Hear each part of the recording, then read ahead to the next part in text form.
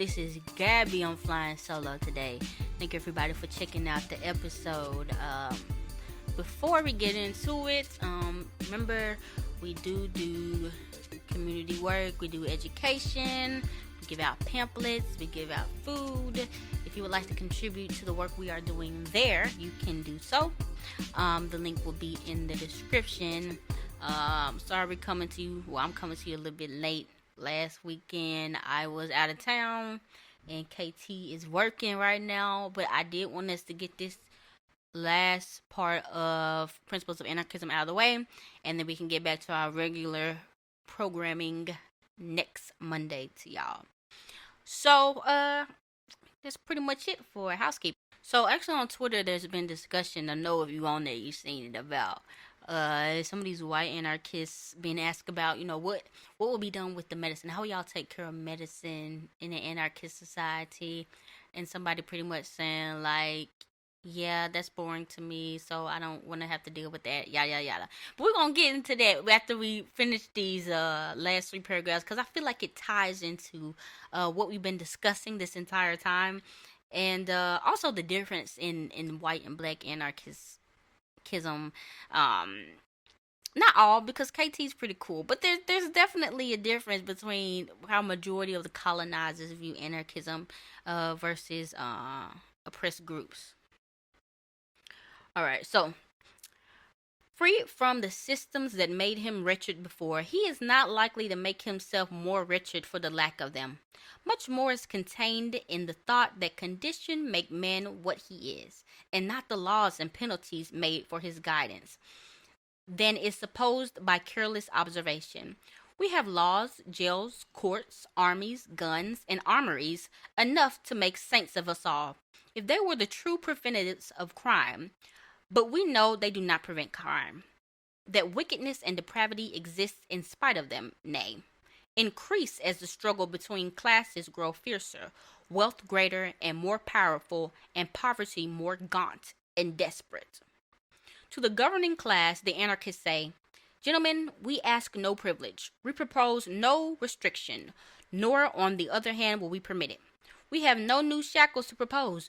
We seek emancipation from shackles. We ask no legislative sanction for cooperation, ask only for a free field and no favors.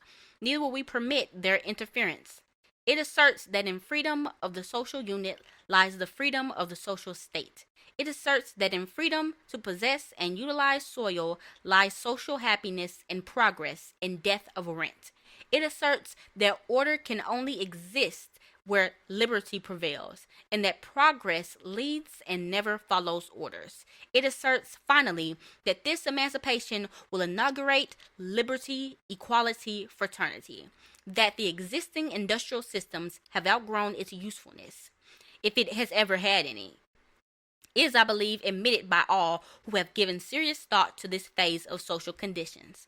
The manifestations of discontent now looming upon every side show that society is conducted on wrong principles, and that something has got to be done soon, or the wage class will sink into a slavery worse than was the feudal serf. I say to the wage class, think clearly and act quickly, or you are lost. Strike not for a few cents more an hour, because the price of living will be raised faster still, but strike for all you earn. Be content with nothing less.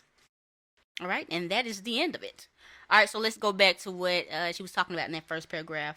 So mainly she was talking about the fact that, we have all these systems now. We have these governments, we have these, something we were talking about, we have the military, we have the police, and stuff is bad. And it's not bad because of the lack of authority. Just like with the police, things are not bad because we have less police. Why are things bad? Why are people stealing? Why are people killing? Because of the material conditions, because people do not have money, because people have no hope, because people are in cycles of poverty, because people do not have treatment for mental health issues, because people are dealing with sexual and mental abuse and do not have the resources to get out of those situations. Like, there are things. You enforcing another authority figure over those things is not going to make it go away. Just like with the children. It always goes back to the children. If a child is bullying another child, or a child is cutting up, or a child is being disrespectful, or a child is tearing stuff up, what is you coming over there more domineering, beating the child, yelling at the child, degrading the child? How is that going to make the situation of both parties any better? Now, it may stop that child from exerting abuse on that one person, but that does not mean that they will not try to hurt somebody else or try to hurt themselves. You're not dealing with the issue, and that's what she's trying to say, even with these structures. And what makes you think that if some of these structures are the things that are upholding the oppression, upholding the inequalities, that if these structures are gone, then things are just going to get worse? Why would they get worse? And for whom would they get worse? If anything, I feel it getting worse for the rich, because literally, as I said last time, the only thing that is keeping them people protected right now, when these dire times, when people have no food, people are getting evicted left and right, is the police. Then the last part, you were just talking about, like, shoot, we don't want to oppress nobody. We want freedom. We want freedom to be able to live godly. You want freedom to be able to partake in life. And that should be something that everybody should want. And also, she was saying, like, don't just strike for the few cents. Like, let's strike for a better life in general. And that's something we need to think about and to remember. Like, with these reforms and stuff like that, they want us to strike for 15. 15 is gone now. So that's what happens when you strike for numbers. That's what happens when you listen to reformists. Like, if I remember, somebody correct me if I'm wrong, but when I was in college, Occupy Wall Street, that was going on. And around that same time, that's when that Fight for 15 came out. And I feel like, I ain't did my research. If I'm wrong, correct me.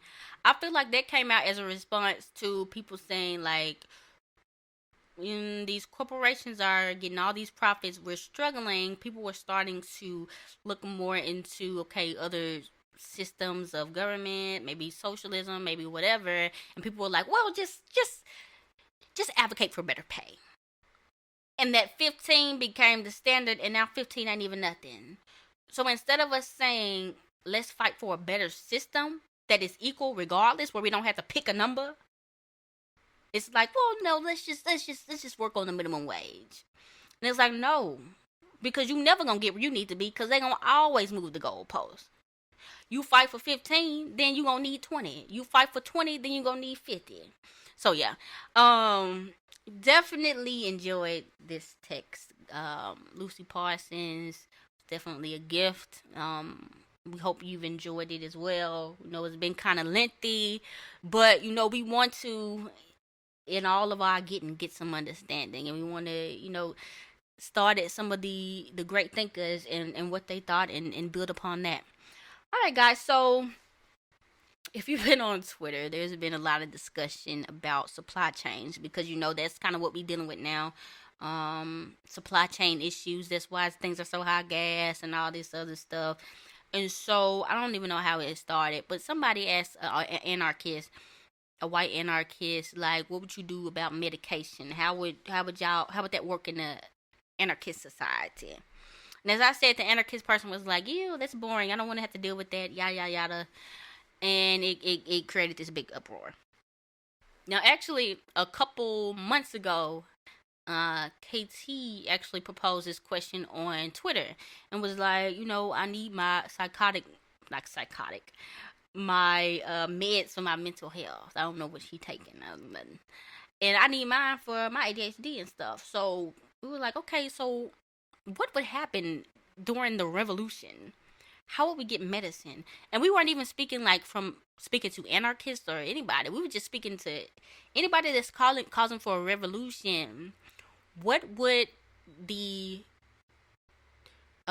disabled, what with the people who need medication, how would they survive? And honestly, we didn't have the answer. We still don't really have the answer right now. But it was something to think about. And it was something to think about everyone who's always proposing revolution without ever going through the steps of what is that going to look like materially, or even thinking about it, even letting their mind dwell in that place. So definitely, even though we identify as anarchists, anarcho-communists, whatever, this is also something that is important, obviously, to us, even if we weren't on any type of stuff, because we don't want to recreate the same doggone structures of oppression in anarchism as we're pushing for liberty. We still want our society to be accessible for all. What sense does it make saying we're for liberty, we're for equality, and then people who need extra help, who need medication to survive, can't get that medication? And honestly, I definitely don't have all the answers to this. I'm not gonna act like I am. I'm still learning, obviously. But just from what I'm reading and what I'm seeing, anarchism doesn't mean that people are just by themselves. Like, am I wrong? That doesn't mean like I'm just living. I mean, it can. Doesn't mean I'm just living by myself, making a fire, making some clothes, and just chilling out. Like, there's still communities. There's still, as Lucy Parson was talking about, there's still some type of organization. The thing is non-hierarchical. Like, why do you need a hierarchy to make medicine? Do you need a hierarchy to educate people? Do you need a hierarchy to distribute things? Like, I don't understand. Maybe people who are on that side and that are trying to form the debate can explain exactly what they're trying to say. Like, are you saying you need a government to distribute medication? Or do you need a government to, like, what exactly are you saying that you need a government to do that cannot be done just by the peoples? Like, even if we're talking about educating the education of people on chemistry and medicine and stuff like that, what exactly? I don't know. Somebody explain that part to me, because there's something I'm not understanding, but I definitely do see where some of the criticism is coming from by some people, just highlighting the fact that some of these white anarchists are just hyper individualistic and like have repackaged capitalist ideas for that. Because when I read Lucy Parsons and when I read black anarchists, I don't feel them just saying me, me, me, me, me, me, me, I. It's we need freedom. We need our own power. We need to not be subjected to a government power. Not I'm finna do for myself and screw everybody else. Like, I feel like that's kind of been distorted. I don't know if that's maybe what the white folks had already in mind. I'm not sure. I ain't read too many of the white folks. But yeah, y'all let me know about that. Also, there's been this discussion about libraries. So some anarchists were saying like it's easy to get free books. Just go to the library, take the barcode off, and take it home with you. Now as far as I was confused as to what it was if they were talking about like the college libraries or like the public libraries, like the city libraries. Because if we're talking about the city library, like, they don't make sense to me, because anybody can you can go in the book and get the book. And in Memphis, we don't have fees anymore. So you can keep the book almost indefinitely. And I don't really see the point in that, really. I did see folks were talking about these college universities. And in that case, 100%, I don't see anything wrong with taking any of that stuff. I'm sorry, maybe if people disagree, it is what it is.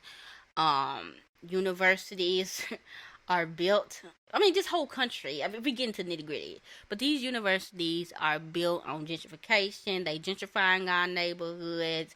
They stealing our work anyway. They stealing our art, putting them in their little school museums and all this other stuff. If you want to do what you got to do, if you feel like you get sticky fingers up in a university library, if you feel like you get sticky fingers in a university, period, I am not the one to tell you not to do that. I'm sorry. As far as public libraries, though, I really don't feel any negative thoughts towards regular public libraries. Um, they are one of the few things that is not totally devilish about America. They do, for the most part, of course, we can get into the ins and outs. They do have some type of equity in the way that they treat people. They do allow anybody to come in. You don't have to pay. You don't have to pay for a library card. You don't have to pay to sit in there. You don't have to pay to get a book. Um, and it's pretty much accessible for most people. They have resources. They have all types of things. So as far as public libraries, I don't really see them as an evil.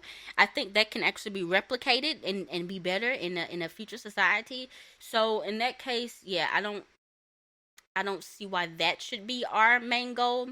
I do agree with other people that, I mean, if you're going to put that energy into it, you might as well go into a corporation and go to Barnes and Nobles and get all those books, since they are making money off of that, or places like that. But yeah, I don't really see why that is even a big. I don't know. I feel like it was a slow news day for people, so they just needed something to fight about. Honestly, guys, let me be real.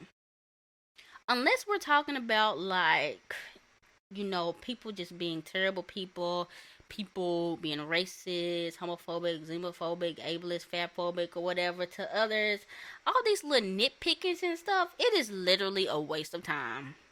It is a waste of time talking about hypotheticals of things that ain't even finna affect nobody. Like, this is what's gotten me. It's more, the more I've gotten into, like, the community and helping people, the more I'm just like, why? I have to refocus myself. And I encourage other people to as well. What is the goal? The goal is to help people. We fighting and arguing over stealing a library book, which all of us has done probably once in our life. This time could have been going into helping the community. This time and effort could have been going into raising funds to give to somebody who finna be evicted right now. Like, our priorities, I can tell who's really about it, and who just about it for the internet.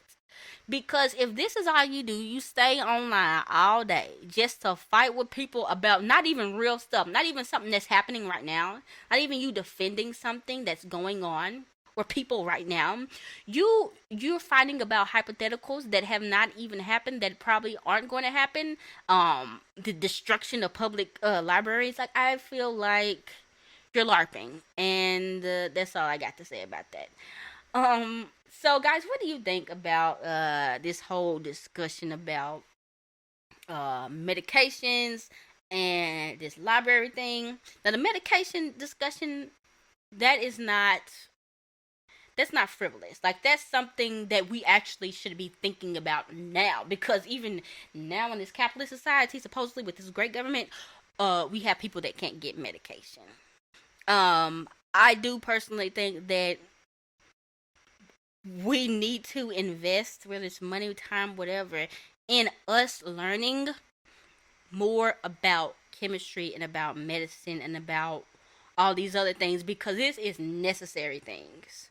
Like, yes, we need to learn about growing food, making clothes, building houses, but something that always gets left out is that medicine stuff. So I think that should be a goal for us definitely in the future, just getting that education out there and learning and figuring out how can we get these resources, how can we get these chemicals, how can we get these products, so that even if we're not even talking about revolution comes, even if today something happens and you're not able, or somebody, your community members aren't able to get certain medications, is there a way that you possibly can get them the medications from somewhere? So yeah, all right, guys. Again, tell me what y'all thought about that. Tell me what y'all think about this whole uh Principles of Anarchism text that we read for the past month and a half. And yeah, so don't forget, we do community work in our community. We pass out books and signs. We pass out food. Like I said, we're probably running on our last couple hundred of dollars. I think we had like 200 left. And with the supply chain, food is very hard to come by. Usually 300 could fill up the entire pantry, but now it's like it halfway fills it up. So if you would like to contribute to that, you can. Thank you to the guy who sent us $50 last week. We greatly appreciate it. Link will be in the bio. If you want to hit us up, you can do so at Building Our PWR. You want to hit me up? You hit me up at Gabby's Music. Hit KT up at KT_does art. Alright guys, this has been Gabby, and we are Building Our Power, and we're out.